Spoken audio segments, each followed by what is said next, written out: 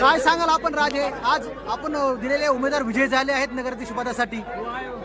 हे बघा, हा जो काही विजय मी संपूर्ण बीडकरांना आणि आमची शहरामध्ये असणारे जे काही केडर आहे, कार्यकर्त्यांचं पदाधिकाऱ्याचं एक मोठं केडर शहरामध्ये, संघटना मोठी मजबूत शहरामध्ये, त्या केडरला आणि आमच्या कार्यकर्त्यांना बीडकरांना हा विजय जो काही आहे त्या ठिकाणी समर्पित करू. दादा काय सांगाल दादा आपण आज महायुतीच्या माध्यमातून राष्ट्रवादी असेल, शिवसेना असेल, शिवसंग्राम असेल, यांच्या माध्यमातून आम्ही जे एक प्रयोग क्षीरसागराच्या विरोधात केला होता, अनेक वर्षापासून हा प्रयोग आम्ही करत होतो, पण हा प्रयोग आमचा यशस्वी झाला आणि बीड शहरातल्या मतदारांनी जो आम्हाला खूप दिला, आशीर्वाद दिला, त्यांचे मनपूर्वक मी आमच्या तिन्ही पक्षाच्या वतीनं मी आभार मानेन. आणि येणाऱ्या काळामध्ये ज्या अपेक्षा आमच्याकडून होत्या, ज्या जनतेला अपेक्षा शहराला पाहिजे त्या पूर्ण केल्याशिवाय राहणार नाहीत. कारण दोन्ही खाते आमच्याकडे, एकनाथ शिंदे साहेबांकडे नगर विकास साहेब, पालकमंत्री अजितदादा आहेत, त्यामुळे शहराचा जास्तीत जास्त विकास पुढच्या वेळेस आमचे 23-24 जे आले ते पुढचे 52 यावं, या दृष्टिकोनातून आम्ही काम इथून पुढे करू.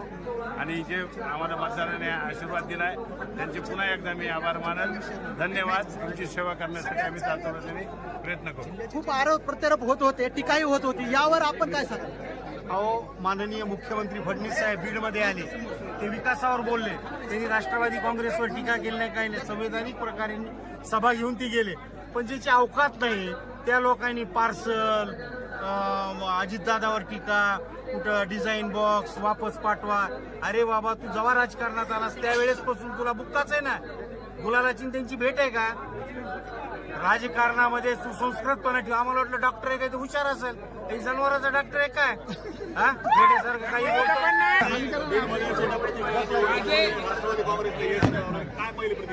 हे बघा, हे जे काही यश आहे ते हा विजय संपूर्ण बीडकरांना, त्याचबरोबर आमची जी काही टीम आहे, जे शहरामधलं आमचं केडर आहे, कार्यकर्ते आहेत, त्यांना आम्ही हा विजय आणि हा विजय अपेक्षितच होता. त्याच्यामध्ये कुठंही किंतु परंतु आमच्या मनामध्ये नाही. अनेक एक्झिट पोल यायला सुरुवात झाली होती, कारण निकालाला खूप विलंब लागला, गॅप एवढा मोठा पडला, अनेक तर्कवितर्क लावत होते. परंतु आम्ही पहिल्या दिवशीपासून या निवडणुकीच्या बाबतीत जे काय आहे, आमच्यासारखा निकाल राष्ट्रवादी काँग्रेस पार्टी, शिवसेना, शिवसंग्राम युतीचे नगराध्यक्ष पदाचे उमेदवार आणि बाकीचे जे काही आहे प्रभागामध्ये उमेदवार यांना बीडकर त्या ठिकाणी झुकतं माप देणार हा आमचा विश्वास होता आणि ते दिलाय. आपण जर पाहिलं तर या निवडणुकीमध्ये मुख्यमंत्री अजित पवार असतील, मुख्यमंत्री फडणवीस असतील, यांच्या देखील सभा झाल्या होत्या. मोठी प्रतिष्ठेची ही निवडणूक झाली होती. अगदी गेवराईचं पार्सल गेवराईला पाठवा अशा देखील घोषणा झाल्या. हे बघा, हे काय असे चिल्लर निवडणुकीमध्ये अशा पद्धतीच्या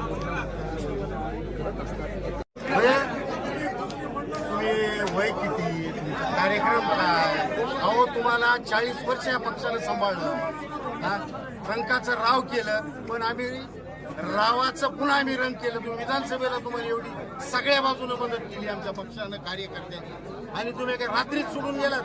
इथून पुढे तुम्हाला कायम बुक्का असेल. विजयापासून आपण पोचून लाभ गेला.